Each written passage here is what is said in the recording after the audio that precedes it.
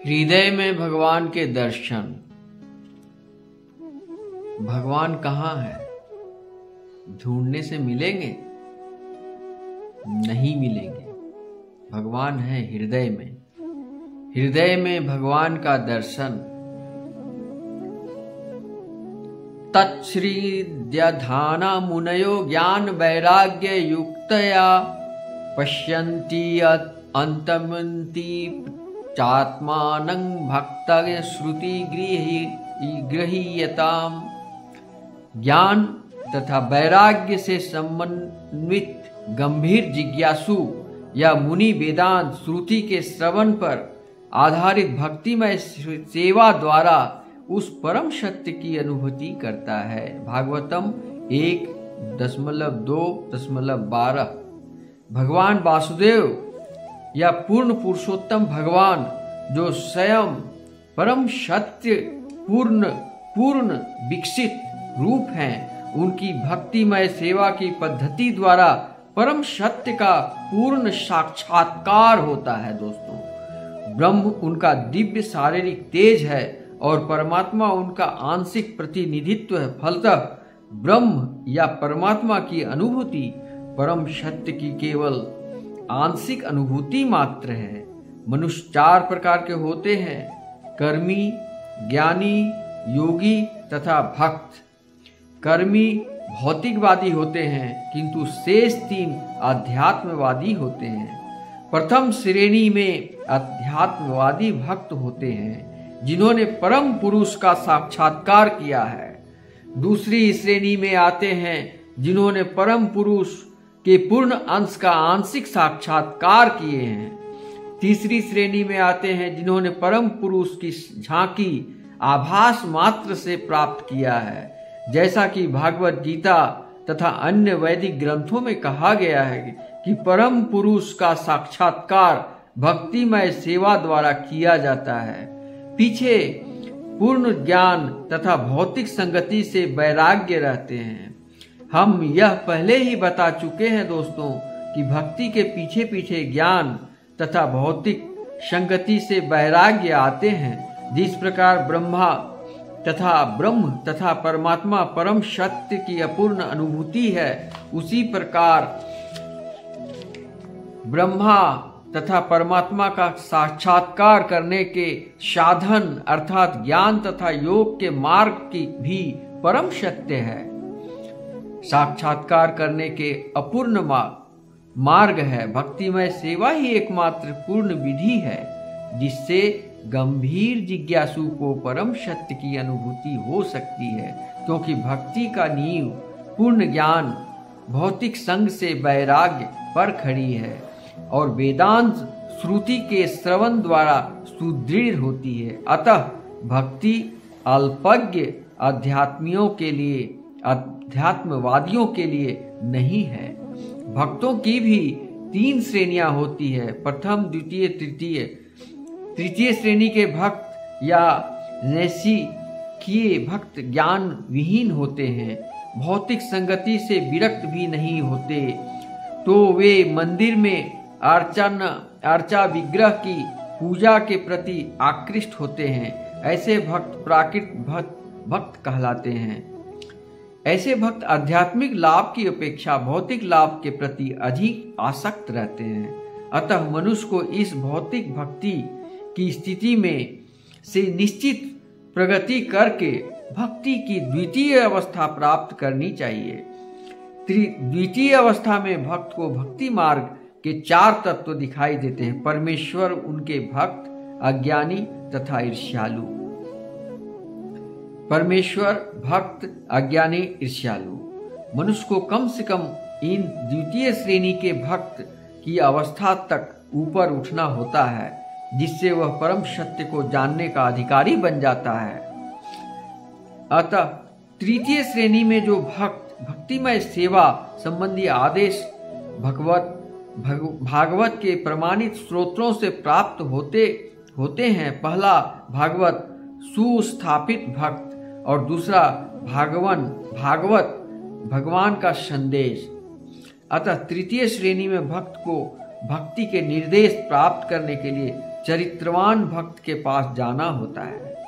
ऐसा भक्त कोई व्यवसायी व्यक्ति नहीं होता जो भगवान को भागवत बेचकर अपनी जीविका चलाता हो। ऐसा भक्त को श्री शील सुखदेव गोस्वामी के प्रतिनिधि होना चाहिए। जैसे सूत गोस्वामी उसके समस्त जनता के संपूर्ण कल्याण के लिए भक्ति संप्रदाय का प्रचार करना चाहिए। नए भक्त को प्रमाणिक भक्तों से सुनने का बहुत कम रुचि रहती है।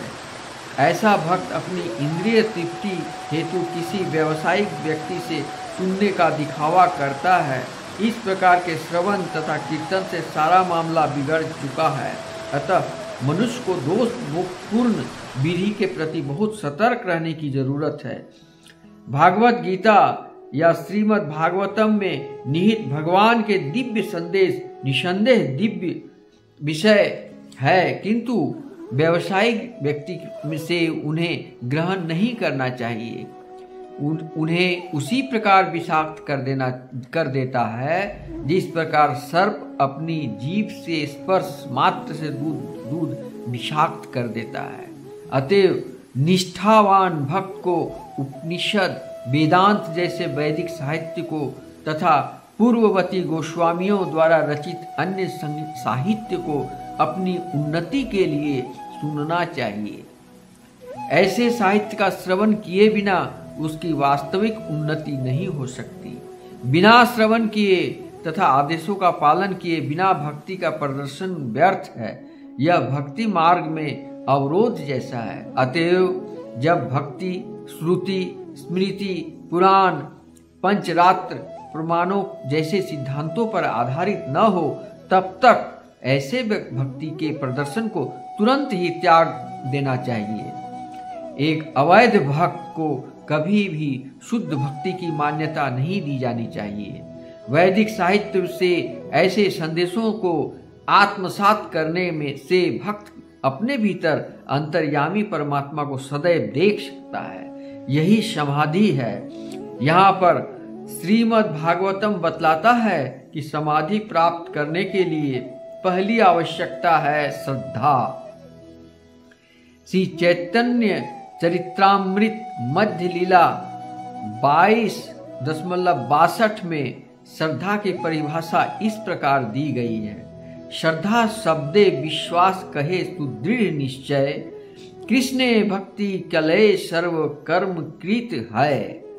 जब आपको यह दृढ़ विश्वास हो जाए कि श्री कृष्ण का भक्त बनने से आप सारी सिद्धि प्राप्त कर लेंगे, तब यह श्रद्धा कहलाती है।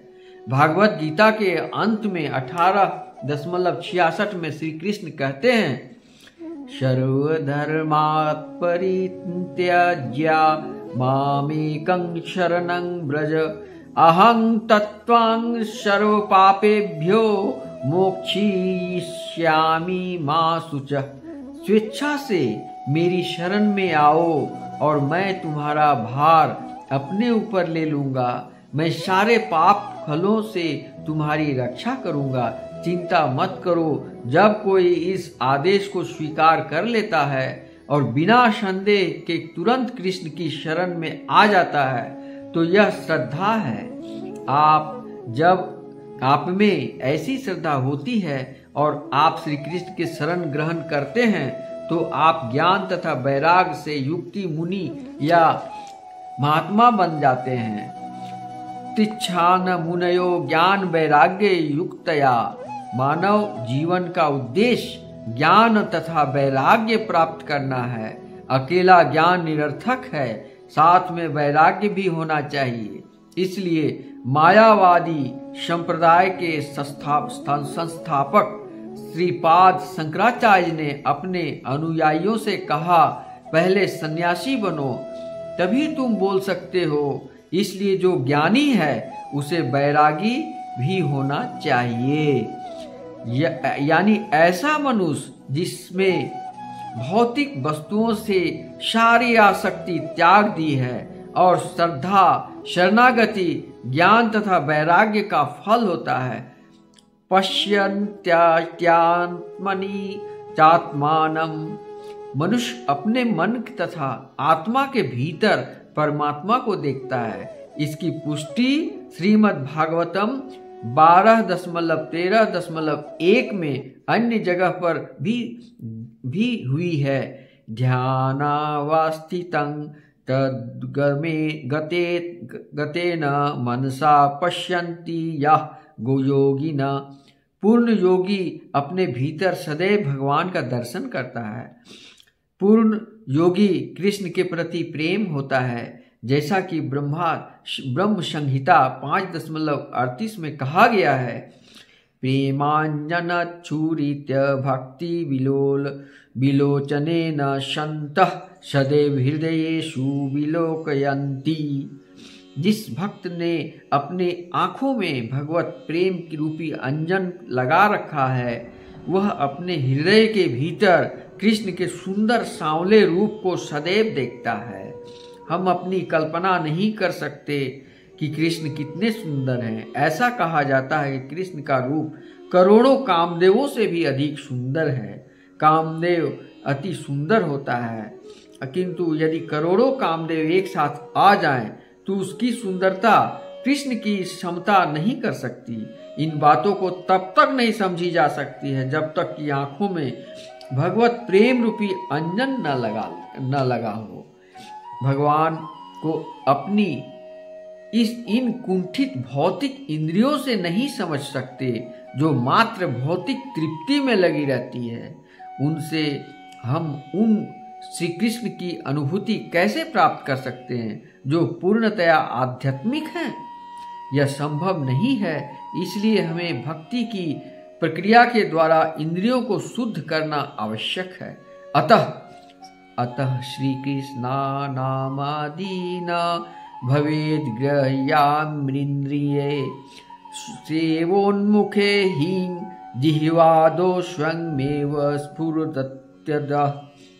अर्थात कोई भी मनुष्य अपनी भौतिकता से दूषित इंद्रियों के द्वारा श्री कृष्ण का नाम, रूप, गुण, लीलाओं का दिव्य प्रकृति को नहीं समझ सकता है। जब तक मनुष्य की दिव्य सेवा से आध्यात्मिक रूप से संतृप्त हो जाता है, तभी भगवान के दिव्य नाम, रूप, गुण तथा लीलाएं उसके समक्ष प्रकट होती है। अर्थात भक्ति रसामृत सिंधु 1.234 के अनुसार भगवान की सेवा में लगने से मनुष्य को ज्ञान तथा वैराग्य के धरातल पर आने में सहायता मिलती है। वह मनुष्य बहुत ज्ञानी है जो यह समझता है कि अहम ब्रह्मास्मि, मैं यह भौतिक शरीर नहीं हूँ, मैं आत्मा हूँ। अभी हमने अपने शारीरिक संबंधों के आधार पर अपने आप को उपाधि दे रखी है। सोचते हैं मैं अमेरिकी हूँ, मैं भारतीय हूँ, मैं ब्राह्मण हूँ, मैं काला हूँ, मैं गोरा हूँ, मैं बलवान हूँ, मैं दुर्बल हूँ, मैं मोटा हूँ, मैं पतला हूँ। ये सब सारी उपाधियाँ मात्र हैं। जब मनुष्य इन भौतिक उपाधियों से मुक्त हो जाता है और सोचता है कि मैं कृष्ण का सनातन सेवक हूँ, तब उसके पास असली ज्ञान होता है। जैसा कि हमने पहले कहा है कि श्री कृष्ण की भक्तिमय सेवा में लगा होना ज्ञान तथा वैराग्य स्वतः प्राप्त हो जाता है। किंतु जैसा कि इस श्लोक में कहा गया है कि मनुष्य को यह भक्तिमय सेवा वैदिक ग्रंथों की शिक्षाओं के आधार पर करनी चाहिए। श्रील रूप गोस्वामी ने भक्ति रसामृत सिंधु में इसकी पुष्टि की है। 1.101 में इसकी पुष्टि की है। श्रुति स्मृति पुराणादि पंचरात्रि विधि बिना एकांति की हरिर भक्तिर रूपत्यात्या ये कल्पते। वह भगवत भक्ति जो उपनिषद, पुराण तथा नारद पंचरात्र जैसे प्रमाणित वैदिक ग्रंथों की उपेक्षा करती है, वह समाज में मात्र उत्पात है। इन ग्रंथों को गुरु शिष्य परमात्मा परंपरा के माध्यम से प्राप्त करना होता है। दूसरे शब्दों में भक्ति का विज्ञान सीखने के लिए मनुष्य को कृष्ण से चली आ रही परंपरा को गुरु को स्वीकार करना होगा। उदाहरण, भागवत गीता को समझने के लिए हम उसी तरह करना चाहिए जिस तरह अर्जुन ने किया था। समर्पण तथा सेवा भाव से कृष्ण का या प्रतिनिधि से उसे स्वीकार करना चाहिए। अर्जुन परंपरा का अंग है। चूंकि परंपरा टूट गई थी और भागवत गीता का ज्ञान लुप्त हो गया था, अतः श्री कृष्ण ने फिर से उसे अर्जुन से कहा, यद्यपि आप भागवत गीता तथा श्री कृष्ण को उसी तरह समझ लो जिस तरह अर्जुन ने उन्हें समझा था, तो आपका ज्ञान पूर्ण होगा। किंतु यदि आप भागवत गीता में कोई काल्पनिक अर्थ की खोज करेंगे तो आप केवल अपना समय गंवाएंगे। अपना समय न गंवाएं, कृष्ण को यथारूप समझने का प्रयास करें जिस तरह उन्होंने भागवत गीता में अपना वर्णन स्वयं किया है। यदि भगवान कहते हैं मैं ऐसा हूँ, तो फिर आप भगवान को भिन्न तरीके से समझने के लिए नए नए तरीके गढ़ने का क्यों अपना समय व्यर्थ गंवा रहे हैं। कृष्ण अपने विषय में जानकारी दे रहे हैं, मैं भगवान हूँ, ये मेरा नाम है, ये पता है, ये मेरे कार्य हैं, हर बात दी हुई है। तो फिर आप भगवान से ही भगवान को क्यों नहीं समझते? भगवान से ही भगवान को क्यों नहीं समझते?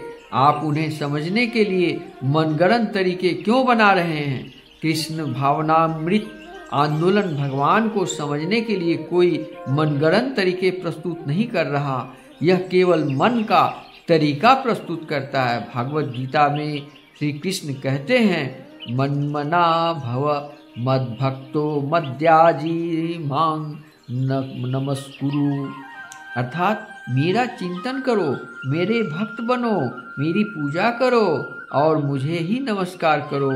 हम भी उसी बात की शिक्षा दे रहे हैं। इस विधि की पालन करना कठिन है, कोई भी इसे कर सकता है। कोई इस विधि को पालन करना कोई कठिन नहीं है, कोई भी इसे कर सकता है। कभी कभी लोग कहते हैं कि मैंने कृष्णा भावानामृत आंदोलन को विश्व भर में फैलाकर आश्चर्यजनक कार्य किया है, किंतु मैंने सिर्फ इतना ही किया है कि मैंने कृष्ण को यथारूप प्रस्तुत किया है।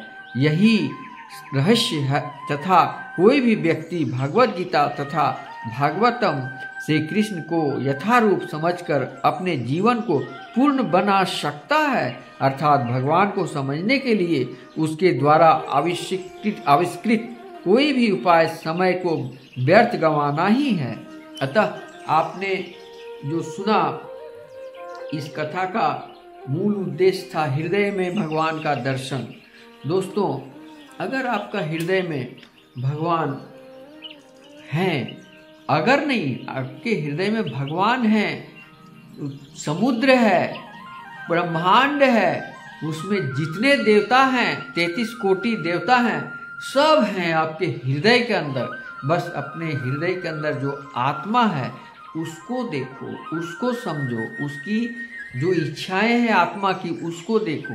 आत्मा की इच्छा है परमात्मा के पास जाना और वो जाएगी, कोई रोक नहीं सकता है। जिस दिन टिकट कंफर्म होता है उस दिन आपको जाना ही पड़ता है। जिस दिन भगवान ने लिख दिया आपको इस पृथ्वी से उठेंगे, उस दिन आपकी आत्मा परमात्मा की तरफ जाएगी।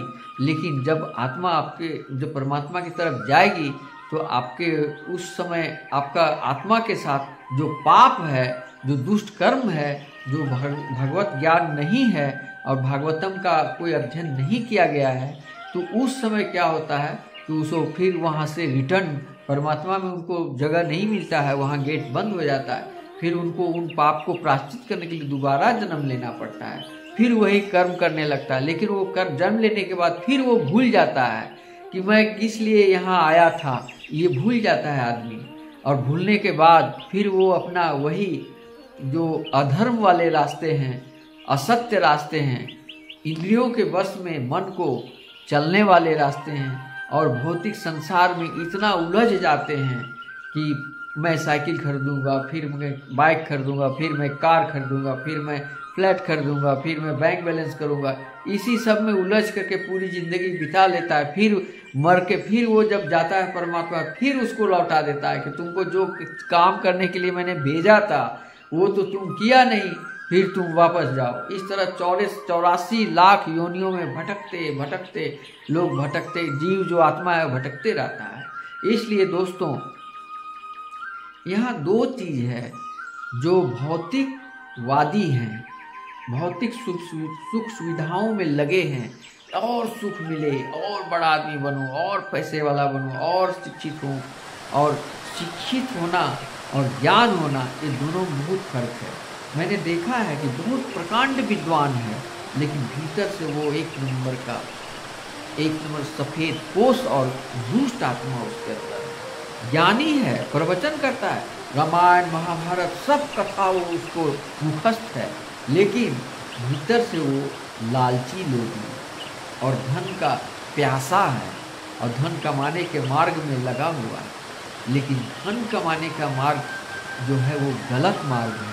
आप भगवत प्राप्ति के लिए श्री कृष्णामृत और उनका भावामृत और उनका दर्शन का जो आनंद है उसको त्याग कर झूठे धन मोह माया में भटक जो रहे हो इसको बंद करो दोस्तों।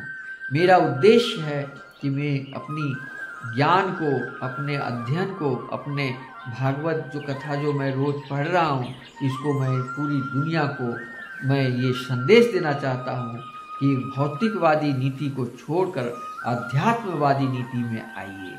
और अध्यात्म नीति में आने के लिए पहला सीढ़ी है, पहला कदम है सत्य विचार। और सत्य विचार, सात्विक सोच, और जो तामसिक भोजन है, मांस मदिरा और मछली, ये सब त्याग कर और शुद्ध भोजन करें। शुद्ध भोजन, सात्विक भोजन क्या होता है, कैसे होता है? जो भोजन आप बना रहे हैं वो शुद्ध रूप से बनाया जाए, नहा करके बनाया जाए, शुद्ध होकर बनाया जाए, उसको श्री कृष्ण को भोग लगाया जाए। और जो भोग लगने के बाद भी जो प्रसाद के रूप में भोजन प्राप्त होता है उससे आत्मा की शुद्धि होती है, उसी से मन में आपका सोच अच्छे सोच हो गए। भागवत कथा पढ़ने में, सुनने में, मनन करने में आपको सुविधा होगी। लेकिन अगर आप गंगा नहाते हो, कुंभ स्नान करते हो, अमृत स्नान भी करते हो, दिन रात भगवान का पूजा पाठ भी करते हो, कीर्तन भजन भी करते हो, लेकिन तुम्हारे अंदर की आत्मा में भगवान नहीं है और दुष्ट आत्मा है, तो दुष्ट जो बैठा हुआ देव और दानव, अपने आंख बंद करके देखो कि तुम्हारे अंदर क्या है।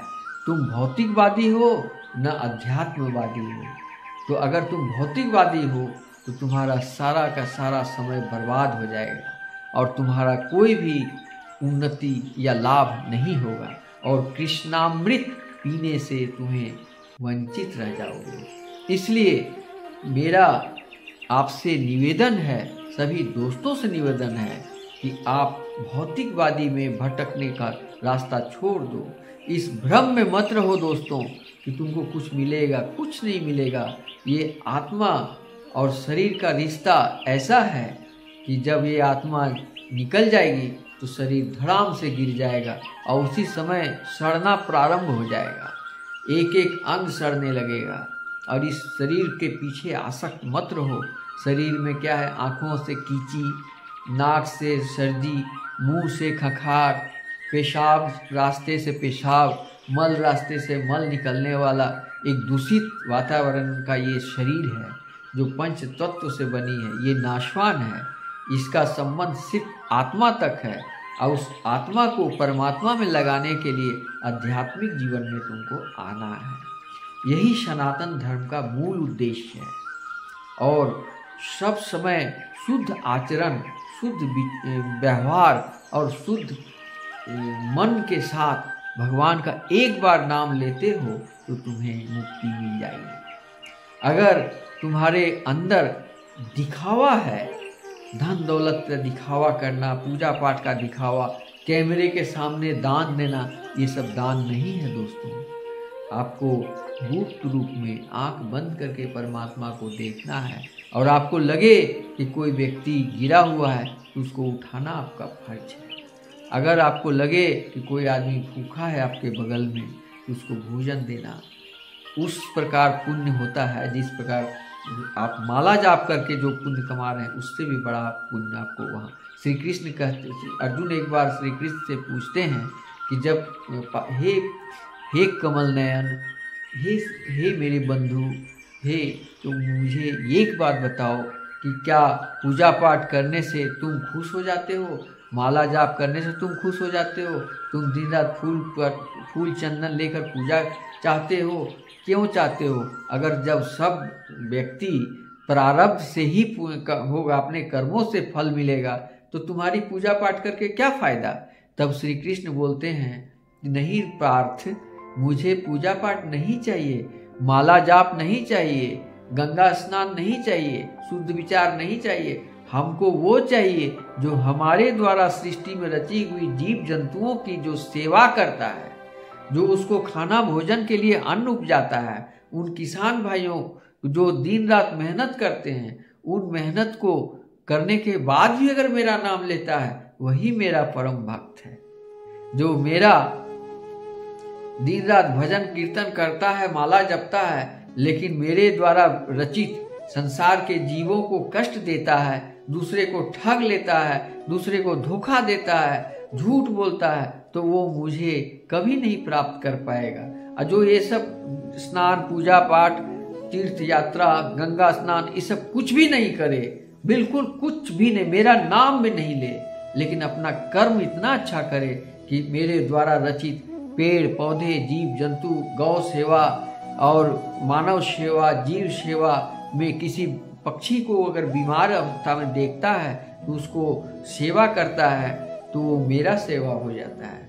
किसी गरीब को, पड़े हुए किसी विकलांग व्यक्ति चल नहीं पा रहा है, उसको जो सहारा देता है वो मेरा सेवा करता है। जो सूखे हुए फूलों के जड़ में जल देता है, जल से सुबह शाम उसको सिंचित करता है, जिसमें वो फूल खिलता है, वो फूल हमारे पूजन में मेरे मंदिर में आता है, तो उस भक्त को, उस माली जिसने इस फूल को सींचा पानी से जल दे देकर और उसका जो सेवा किया, वो मेरा सेवा हुआ। इस प्रकार सेवा भावना, शुद्ध आचरण, शुद्ध विचार, पाप आचरण से मुक्त व्यक्ति ही मेरा भक्त बन सकता है। मुझे पूजा पाठ नहीं चाहिए दोस्त, हमें पार्थो, हमको सिर्फ ये चाहिए कि वो मेरे द्वारा रचित जो संसार है, इस भवसागर में जितने भी जीव जंतु हैं, सब में मैं ही हूँ और तुम्हारे अंदर भी मैं ही हूँ। तुम्हारे अंदर जो मैं हूँ उसको तुम देखो कि तुम्हारे अंदर श्री कृष्ण है या नहीं। तुम मेरे श्री कृष्ण कैसे रहेंगे यदि तुम पापाचरण करोगे, झूठ बोलोगे, तामसिक भोजन करोगे, तो वहाँ मेरा निवास नहीं हो सकता है। वहाँ से वहाँ कभी भी मेरा आश्रय नहीं मिल सकता है। मुझे अपने आत्मा में बसाने के लिए तुमको सात्विक और शुद्ध होना ही पड़ेगा और शुद्ध आचरण करना पड़ेगा, शुद्ध वचन बोलना पड़ेगा। सिर्फ इतना ही अंतर है। भौतिकवादी जिसको कहते हैं material world, material body, material thinking, इसको भौतिकवादी माना जाता है। इस भौतिकवादी को त्याग दो आज से। इसके बारे में गहरी सोच मत रखो, सब काम करो, लेकिन गहराई से सोचने, तुम्हारा सुपर ईगो, तुम्हारा असली ध्यान परमात्मा श्री कृष्ण परम ब्रह्म परमेश्वर पर हो, वो मुझे देखता रहे और तुम्हारे मन के अंदर जो मैं हूँ वो श्री कृष्ण के रूप को देखो और उसी रूप को देखकर तुम संसार के सभी जीवों में वही रूप देखो। पेड़ में भी तुमको मैं ही दिखाई दूंगा, पक्षियों में मैं ही दिखाई दूंगा, मनुष्यों में मैं ही दिखाई दूंगा, गाय में मैं ही दिखाई दूंगा, सारा ब्रह्मांड में मैं दिखाई दूंगा। अगर तुम्हारे अंदर श्री कृष्ण है हृदय में तो हृदय में देव है या दानव, इस चीज को देखने के लिए आंख बंद करके देखो और देखो कि तुम कैसे हो। क्या तुम दूसरे का मुफ्त का धन खाकर प्रसन्न होते हो? तो ये तुम्हारा आध्यात्मिक जीवन का व्यक्ति नहीं माना जाएगा। अगर तुम किसी को ठग करके पैसा ले लेते हो, झूठ बोल के पैसा ले लेते हो, बिना काम किए धन लेना चाहते हो, फ्री सेवा चाहते हो, तो तुम मेरा भक्त नहीं हो सकते हो। तुम मेरा भक्त बनने के लिए तुमको क्या करना है कि self dependent, self confidence, self patience, ये सब लेकर चलना होगा। और मेरे रास्ते में चलने के लिए सबसे पहला चीज है सत्य, सत्य के मार्ग पर चलना होगा। दूसरा है भक्ति मार्ग, तीसरा है ज्ञान मार्ग, फिर चौथा है सेवा भावना, शुद्धिकरण अर्थात दया, सत्य, भक्ति और शुद्धि। ये होने से ही मेरी प्राप्ति होगी, मेरा दर्शन तुम्हारे अंदर होगा और लगेगा कि तुम्हारे साथ मैं चल रहा हूँ। तुम्हारी जितनी समस्याएं हैं वो मेरे ऊपर अर्पण करो, तुम अपने आप को फ्री हो जाओ और सारा समस्या का समाधान मैं करूँगा। इस प्रकार श्री कृष्ण की वाणियाँ पढ़ने के बाद मुझे ज्ञान होता है। मैं सर्विस लाइफ में था, अगर मुझे ये ज्ञान आज से 20 साल पहले हुआ होता तो मैं नौकरी त्याग देता, रिजाइन दे देता और इस संसार को, इस मटेरियल वर्ल्ड को, इस भौतिकवादिकता में जो मैं फंसा हुआ था, समय बर्बाद मैं कर चुका हूँ। इसलिए रिटायर्ड के बाद मैं जब भागवत कथा सुना, भागवत का कथा जहाँ जहाँ होता है मैं वहाँ जाता हूँ। ये जो कृष्णामृत को मैं पीने लगा, तब से मुझे प्रेरणा जगी कि मैं इस बात को पढ़ूंगा और इस ज्ञान को सभी दोस्तों के पास भेजूंगा। जो दोस्त मेरे परम भक्त श्री कृष्ण के बनेंगे या हैं, वो मेरे एपिसोड को, मेरे कथन को सुनने में उनको आनंद आएगी। अगर उनके अंदर श्री कृष्ण हैं, उनके हृदय में, तो मेरे कथा को वो सुनेंगे, लाइक करेंगे, सब्सक्राइब भी करेंगे। और जिनको अंदर में देवता नहीं, तमोगुण से प्राप्त है, मेरे इन कथा को, मेरे क्या संसार में जितने भी 4 वेद, उपनिषद, जितने भी भागवतम, भागवत गीता के पाठ हैं या श्लोक हैं, सभी अध्ययन हैं। किसी का अध्ययन, उसको किसी का श्रवण करना उसको रास नहीं आ सकती है, क्योंकि राक्षसी और तामसिक जो उसके बॉडी में, हृदय में निवास है, हर समय नॉन वेज खाते रहता है और अपवित्र करता है। आप सोचो कि अगर आप किसी के मरने पर उसका अंतिम संस्कार में जाते हो, तुम उसको छूते भी नहीं हो, लेकिन सिर्फ गए हो तो आकर के तुम स्नान करते हो, घर में गंगा जल छिड़कते हो, खुद को गंगा जल लेते हो, लेकिन तुम ये नहीं सोचा कि उसी प्रकार का किसी जीव की हत्या करके उसका बॉडी को जब तुम अपने घर पेट में डालते हो तो पेट को ही स्मशान घाट बना दिया है। तो तुम्हारे पेट में जो स्मशान घाट है, जीवों का हत्या करके भक्षण करने वाला, वो जब तक तुम्हारा क्लियर नहीं होगा, उसको तुम बंद नहीं करोगे, तब भागवत कथा का ज्ञान तुमको रास नहीं आएगा दोस्तों। इसलिए सबसे पहला काम तुम नॉनवेज का त्याग करो। दूसरा काम, भौतिकवादी सुख सुविधाओं के पीछे दौड़ना बंद करो। तीसरा, भगवान के लिए भक्ति मार्ग में आ जाओ। और भक्ति मार्ग में आने के लिए किसी गुरु का सहारा होना बहुत जरूरी है। तमाम गुरु पड़े हुए इस्कॉन मंदिर में, एक से एक पंडित हैं, एक से एक कथावाचक हैं। आपके बगल में भी बहुत सारे कथावाचक हैं। कहीं भी आप उन गुरु में से दीक्षा लेकर आप उस रास्ते से इस रास्ते पर आ सकते हैं। भौतिकवादी रास्ते को त्याग कर अध्यात्मवादी रास्ते में आइए और भगवत गीता का अध्ययन कीजिए। इतना ही कहकर आज की कथा मैं यहीं समाप्त करता हूँ दोस्तों। हरे कृष्ण कृष्ण कृष्ण हरे हरे, हरे राम राम राम हरे हरे।